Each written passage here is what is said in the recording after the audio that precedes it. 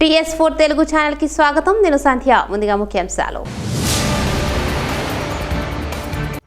పూరి జగన్నాథ రథయాత్ర పోటెత్తిన లక్షలాది జనం.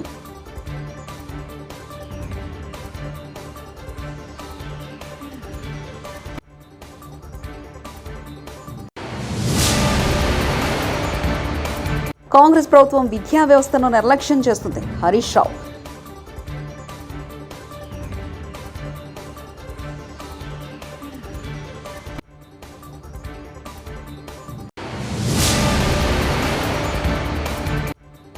మైనర్ బాలికను హత్య చేసిన నిందితుడిని తగిన శిక్ష పడేలా చూస్తాం.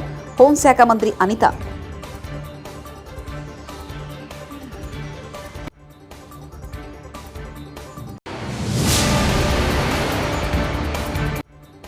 తెలుగు రాష్ట్రాల ముఖ్యమంత్రుల భేటీ శుభ పరిణామం. సిపిఐ నేత నారాయణ.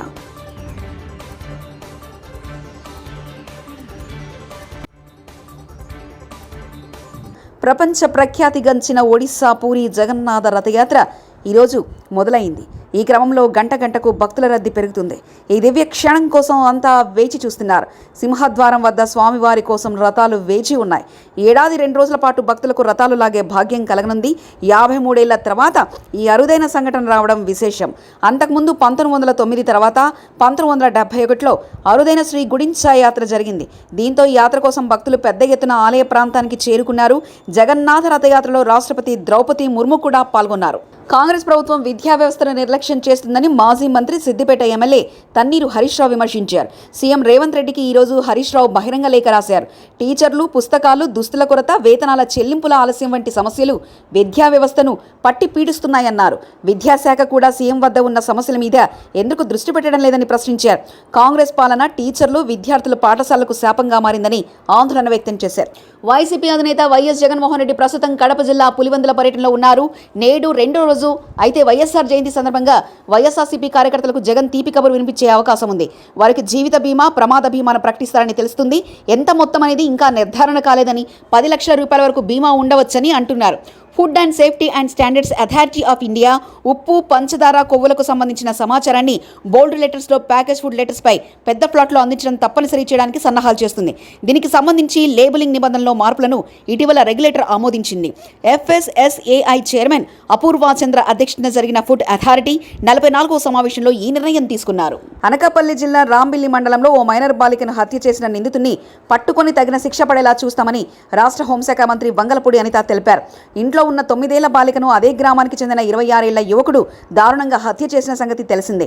నిందితుడు హత్య చేసిన అనంతరం పరారీలో ఉన్నాడు. నిందితుడిని వెంటనే పట్టుకోవాలని జిల్లా పోలీసులను ఆదేశించినట్లు మంత్రి అనిత తెలిపారు. సంఘటనపై CM Chandrababu Naidu, deputy CM Pawan Kalyan, మంత్రి నారా లోకేష్ తనను అడిగి వివరాలు తెలుసుకున్నట్లు ఆమె వివరించారు.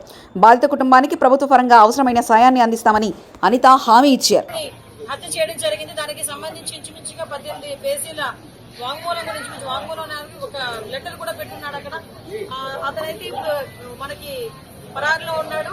ఎట్టి పరిస్థితుల్లోని కూడా పోలీస్ డిపార్ట్మెంట్ అంతా కూడా సుమారుగా 8-9 బృందాలు కూడా ఏర్పాటు చేయడం జరిగింది. అన్ని బృందాలు కూడా ఈ రోజు అతనికి పట్టుకోవడానికి ప్రయత్నం కానీ ఎట్టి పరిస్థితులు పట్టుకుని తీరుతాయి. ఎందుకంటే ఎవరు చట్టం ముందు ఎవరు కూడా తప్పించుకునే పరిస్థితి లేదు. డెఫినెట్ గా ఎవరైతే హత్య చేశాడో అతన్ని ఇమీడియట్ గా మేము పట్టుకునే ప్రయత్నం కానీ పట్టుకుని తీరుతాం. డిపార్ట్మెంట్ వాళ్ళకి కూడా చాలా క్లియర్ ఇన్స్ట్రక్షన్స్ వెళ్ళి చంద్రబాబు నాయుడు గారు, లోకేష్ బాబు గారు, పవన్ కళ్యాణ్ గారు కూడా దీని మీద ఆరా తీయడం జరిగింది, నాతో మాట్లాడడం జరిగింది. డెఫినెట్ గా ఎట్టి పరిస్థితుల్లోని నిందితుడు ఎవరైతే ఉన్నాడో అతి తొందరగా వీలైతే ఈ రోజు రేపటిలోనే నిందితుడిని పట్టుకుని అరెస్ట్ చేసే పరిస్థితి. నిజంగా అదే కనుక జరిగితే, నిజంగా అమ్మాయి దగ్గర నుంచి కంప్లైంట్ వెళ్ళి ఆ పోలీసులు కనుక పట్టించుకోలేదన్న సంగతి తెలిస్తే డెఫినెట్ గా ఏ పోలీస్ అయితే ఆ పోలీసు మీద చర్యలు తీసుకుంటాం. అందులో ఎక్కడ కూడా బ్యాక్ స్టెప్ వేసే పరిస్థితి లేదు. కానీ మాకు వచ్చిన ఇన్ఫర్మేషన్ ఏంటంటే అటువంటి పరిస్థితి ఏమీ లేదు. చాలా సడన్ వచ్చి అతను హత్య చేసి వెళ్ళాడు అన్నది మాకు వచ్చిన ఇన్ఫర్మేషన్. నిజంగానే బ్రదర్ కూడా చాలా ఇనిషియేషన్ తీసుకున్నాడు. ఇంతకు ముందు కూడా తన బెంగళూరులో పనిచేశాడు. ఇనిషియేషన్ తీసుకుని ఈ అబ్బాయి నుంచి 26 సంవత్సరాలు, ఆ అమ్మాయి చూస్తే 13 సంవత్సరాలు వేసి నిందితుడు ఎవరైతే ఉన్నాడో ఆ అబ్బాయి కూడా 26-27 సంవత్సరాలు వేసి. సో ఈ సిచ్యువేషన్స్ లోనే వాళ్ళందరికీ చాలా సేఫ్ గార్డ్ చేశాడు. కానీ దురదృష్టంతో అమ్మాయిని కాపాడుకోలేకపోయారు. కానీ ఎట్టి పరిస్థితుల్లో నిందితుడిని ప్రభుత్వం తరపు నుండి ఎటువంటి సాయం కంపల్సరీగా చంద్రబాబు నాయుడు గారితో మాట్లాడతాం. ఎటువంటి పరిస్థితుల్లో అమ్మాయి చిన్నపిల్ల, మైనర్ బాలిక, అమ్మాయికి ప్రభుత్వం నుంచి అందాల్సిన సహాయ సహకారాలన్నీ కూడా అందిస్తాం. సంఘటన జరుగుతున్న సందర్భంలో పోలీస్ డిపార్ట్మెంట్ వాళ్ళు కూడా చాలా ఫర్మ్ గా ఉన్నారు. లాస్ట్ టైం మీరు చూసారు చీరాల సంఘటన జరిగింది. చీరాల సంఘటన జరిగిన తర్వాత సుమారుగా 36 గంటలు నిందితులు పట్టుకుని రిమాండ్ కూడా పంపించడం జరిగింది. ఎక్కడ ఏమి జరిగినా చాలా యాక్టివ్ గా పోలీస్ డిపార్ట్మెంట్ వాళ్ళు పనిచేస్తున్నారు. ఎక్కడ జరగకుండా ఉండే బాధ్యత కూడా తీసుకుంటున్నాం. వీటన్నిటికీ కూడా మూల కారణం గాంజాయి మత్తులో చాలా మంది చేస్తున్నారు, డ్రగ్స్ మత్తులో చేస్తున్నారు. కాబట్టి వాటిని పూర్తిగా ప్రక్షాళన చేయడానికి ఒక క్యాబినెట్ సబ్ కమిటీని కూడా ఏర్పాటు చేసుకుని మొన్ననే మేము టాస్క్ ఫోర్స్ కూడా ఏర్పాటు చేయడానికి కూడా సిద్ధంగా ఉన్నాం. ఒక టోల్ ఫ్రీ నెంబర్ అన్ని కూడా ఏర్పాటు చేస్తాం. టీడీపీ కూటమి ప్రభుత్వం వైసీపీ నాయకులు కార్యకర్తల మీద దాడులు ఆపి మేనిఫెస్టో మీద దృష్టి పెడితే బాగుంటుందని, మహిళలకిచ్చిన హామీలపై అధికారంలోకి రాగానే వెంటనే అమలు చేస్తామని చంద్రబాబు చెప్పాడు. కానీ కూటమి ప్రభుత్వం హామీల అమలుపై ఇంతవరకు ఒక్క అడుగు కూడా ముందుకు వేయలేదని వరదు కళ్యాణి వైఎస్ఆర్సీపీ ఎమ్మెల్సీ వ్యాఖ్యానించారు. డేట్ ఇచ్చి మరీ ఇచ్చిన పరిస్థితి మనం చూసాం. కూటమి అనేది ఎన్నికలకు ముందు అంతకంటే ఎక్కువ హామీలు ఇస్తానని చెప్పి ప్రజలకు చెప్పడం జరిగింది. ప్రజలు నమ్మారు. అసలు సంవత్సరంన్నర ముందే చంద్రబాబు నాయుడు గారు సూపర్ 6 అని పథకాలు ప్రవేశపెట్టారు. ఒక మేనిఫెస్టో పెట్టి ప్రజల్లోకి తీసుకెళ్లారు. మళ్ళీ ఒకవేళ మహిళలు నమ్మరేమో అని చెప్పేసి బాబు షూరిటీ భవిష్యత్ గ్యారంటీ అనేసి ఇంటింటికి వెళ్ళి మహిళలకి బాండ్ పేపర్స్ కూడా ఇచ్చి వాళ్ళకి నమ్మించారు. మహిళలు నిజంగా జగనన్న 99% హామీలు అమలు చేసినా కూడా ఇంకొంచెం ఎక్కువ ఇస్తున్నారు, ఈ కూటమి ఇస్తాము అని చెప్పారు. కాబట్టి వాళ్ళకి నమ్మి ఓట్లు వేయడం జరిగింది. చూస్తే గవర్నమెంట్ అధికారంలోకి వచ్చింది కూటమి ప్రభుత్వం. చంద్రబాబు నాయుడు గారు ముఖ్యమంత్రిగా, పవన్ కళ్యాణ్ గారు ఉప ముఖ్యమంత్రిగా ప్రమాణ స్వీకారాలు అయ్యాయి. మంత్రులు ప్రమాణ స్వీకారం అయ్యింది. దగ్గర నెల కావస్తూ ఉంది. ఈ పరిస్థితిలో ఈ మహిళల కోసం ఇచ్చిన హామీలు అమలుకు ఎంతవరకు శ్రీకారం చుట్టలేదు. ఎందుకంటే ఈ రాష్ట్రంలో ఉన్న మహిళలందరూ ఆందోళన చెందుతున్నారు. ఏది ప్రతి మహిళకి నెలకి 1500 ఇస్తామన్నారు, ఎప్పుడు ఇస్తారు? అలాగే చదువుకునే పిల్లలకి ప్రతి బిడ్డకి కూడా, స్కూల్కి వెళ్ళిన ప్రతి బిడ్డకి కూడా 15,000 ఇస్తానన్నారు, ఎప్పటి నుంచి ఇస్తారు? అలాగే ఉచిత బస్సు ప్రయాణం ఎప్పటి నుంచి ఇస్తారు? అలాగే 3 సిలిండర్లు ఎప్పటి నుంచి ఇస్తారు అనేసి మహిళలు ఆందోళన చెందుతూ ఉన్నారు. మేము అడిగితే ఏంటి నెల అయిందే కదా, ఎందుకు తొందర అంటూ ఉన్నారు. కానీ వీళ్ళు హామీ ఇచ్చినప్పుడు ఏం చెప్పారు? జూలై 1కే అన్నీ కూడా అమల్లోకి వచ్చేస్తాయి, మొదటి నెల నుంచి అమలు చేసేస్తామని చెప్పారు. ఇదే కూటమి ప్రభుత్వం 2014లో అమల్లోకి వచ్చినప్పుడు ఏం చెప్పింది? చాలా హామీలు ఇచ్చారు, ఏ ఒక్కటి కూడా నెరవేర్చలేదు. మహిళలకు తీసుకుంటే డ్వాక్రా రుణమాఫీ చేస్తానని చేయలేదు. అలాగే తీసుకుంటే 0 వడ్డీ 2016 నుంచి ఆపేయడం జరిగింది. దానివల్ల మహిళలందరూ కూడా డ్వాక్రా సంఘాలు ఎన్పిఏలుగా మారిపోయిన పరిస్థితి ఆ రోజుల్లో చూసాం. ఆడబిడ్డ పుడితే 25,000 రూపాయలు ఇస్తానని చెప్పి ఇవ్వని పరిస్థితి.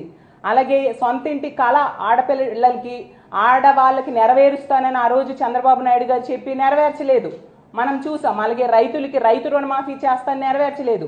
అప్పుడు ఇలాగా హామీలు అమలు చేయకుండా మోసం చేశారు. ఇప్పుడు చూస్తే నెల కావస్తుంది. ఒకవేళ అమలు చేద్దాం అనుకుంటే దానికి ఏం చేయాలి గవర్నమెంట్? దానికి సన్నాహక సమావేశాలు పెట్టాలి, మార్గదర్శకాలు రూపొందించాలి, ఈ డేట్స్లో ఈ పథకం రిలీజ్ చేస్తామని చెప్పాలి. అవేమీ చేయట్లేదు. దాంతో ఈ రాష్ట్రంలో ఉన్న ఆడబిడ్డలందరూ కూడా ఆందోళన చెందుతూ ఉన్న పరిస్థితి. పిఠాపురం భీమవరం నియోజకవర్గంలో వ్యర్థాల నిర్వహణకు ప్రత్యేక ప్రణాళిక వ్యర్థాలను వినియోగించే ప్రక్రియను శాస్త్రీయంగా నిర్వహించారు ఉప ముఖ్యమంత్రి పవన్ కళ్యాణ్.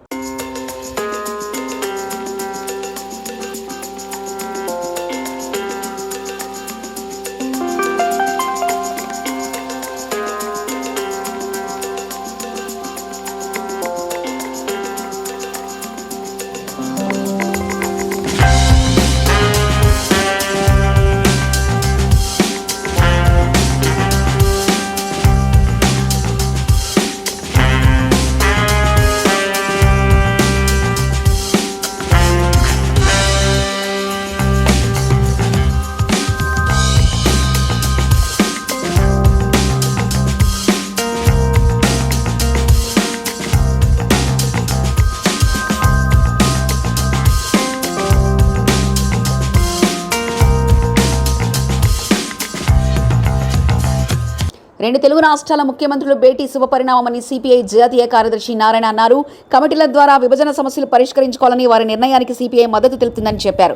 తెలుగు రాష్ట్రాలకు కేంద్రం నుంచి రావాల్సిన ప్రయోజనాలను తెచ్చేలా ఆంధ్ర, తెలంగాణ ముఖ్యమంత్రులు పనిచేయాలని కోరారు. సెంటిమెంట్ కావచ్చు, బ్రిటిష్ కాలంలో వచ్చేటువంటి బిల్లు కదా అవి, దాన్ని మారుస్తామంటే ఎవరైనా సరే బ్రిటిష్ వాళ్ళు మనకి ఏమనుకుంటారు, ప్రత్యేకంగా చట్టాన్ని రాజద్రోహం ఇప్పుడు ఏమన్నా ఆ పేరు మార్చి దేశద్రోహం అని పెట్టారు. అంటే యాక్ట్లో అన్నీ ఒకటే, సెక్షన్ అంతా పేరు మార్చారు.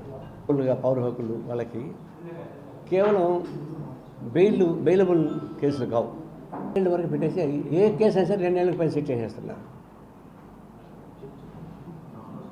ఫైన్స్ కూడా అట్లా పెంచారు. దాని బిల్స్ అవి మరి ప్రభుత్వం చేసే చట్టాలను నిరసించే హక్కు ఉండగా నిరసించడానికి వీలు లేకుండా మీరు చేసేటువంటి చట్టాలు పేరుకేమో మీరు బ్రిటిష్ వాళ్ళు అంటున్నారు, కానీ దాంట్లో అన్యాయం చేస్తున్నారు. బ్రిటిష్ వాళ్ళు ఏది ఉండదనుకుంటే మరి బిల్డింగ్ని పడగొట్టండి, బ్రిటిష్ వాళ్ళు కట్టినటువంటి బాక్రా ఇది ఇవన్నీ పడగొట్టండి. ఇది కేవలం సెంటిమెంట్స్ ఉపయోగించి ప్రజలకు వ్యతిరేకంగా చేస్తున్న పనులు మేము దాన్ని తీవ్రంగా ఖండిస్తున్నాం. దేశం మొత్తం మీదుగా ఇప్పుడు ప్రతిపక్ష పార్టీ ఐక్యత పెరిగింది, భవిష్యత్తు కూడా ఇంకా పెరుగుతుంది. పెరిగి ప్రభుత్వ వ్యతిరేక విధానాల కోసం గట్టిగా ఫైట్ చేయాల్సిందే. ఇప్పుడు రేవంత్ రెడ్డి వచ్చాడు, కాంగ్రెస్ పార్టీ నాయకుడు, చంద్రబాబు నాయుడు వచ్చాడు. మళ్ళా వీళ్ళిద్దరికీ సెంటిమెంట్స్ ఉంటాయని నేను అనుకోను. They are about sentiments. Chandrababu Naidu కానీ Revanth Reddy politics, these are politicians. ఇప్పుడు వాళ్ళు మంచిది నిన్న కలిసి మాట్లాడుకున్నారు, వివరాలు ఇంకా తెలియదు. అంటే ఒక కలిసి కూర్చొని మాట్లాడమే ఒక మంచి అంశంగా మేము పరిశీలిస్తున్నాం, మేము స్వాగతం పలుకుతున్నాం. మేము ఎమ్మెల్యేగా పరిష్కారం చేసుకునే డిసిషన్కి సిపిఐ పూర్తి తోడ్పాటు ఉంటుంది. అబ్నార్మల్ ఏమైనా ఉంటే మేము చెప్తాం, ఓపెన్గా చెప్తాం. అటు ఐఏఎస్ ఆఫీసర్లు ఎక్కడ పోయినా మీకుంటే విలువ మీకుంటుంది.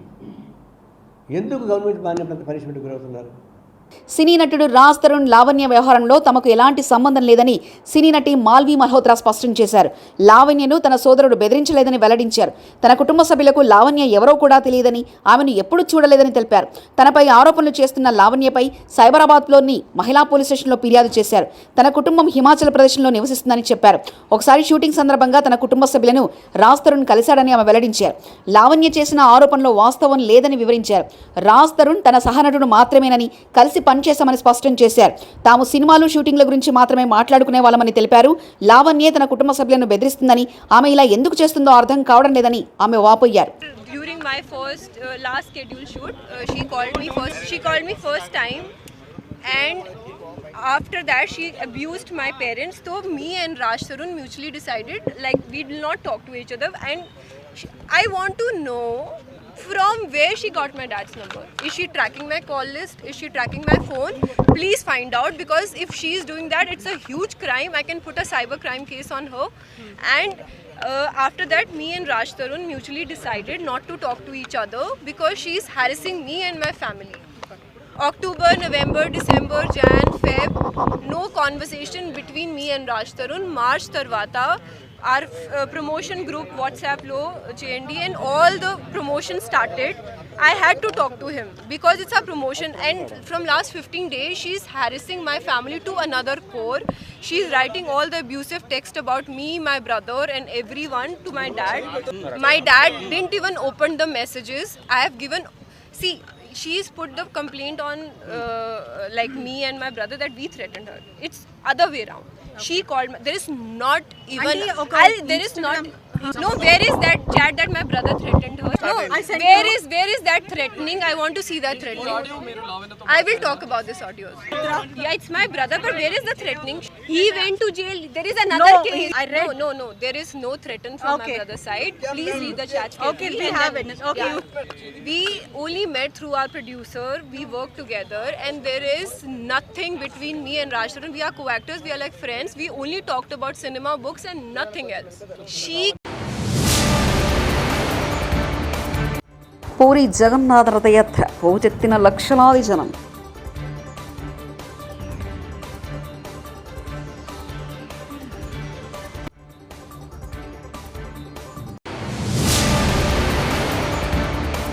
కాంగ్రెస్ ప్రభుత్వం విద్యా వ్యవస్థను నిర్లక్ష్యం చేస్తుంది. హరీష్ రావు.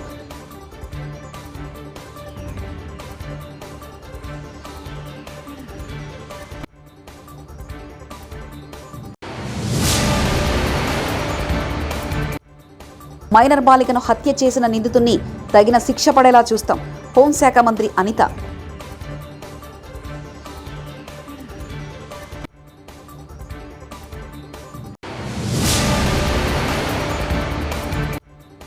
తెలుగు రాష్ట్రాల ముఖ్యమంత్రుల భేటీ శుభ పరిణామం. సిపిఐ నేత నారాయణ.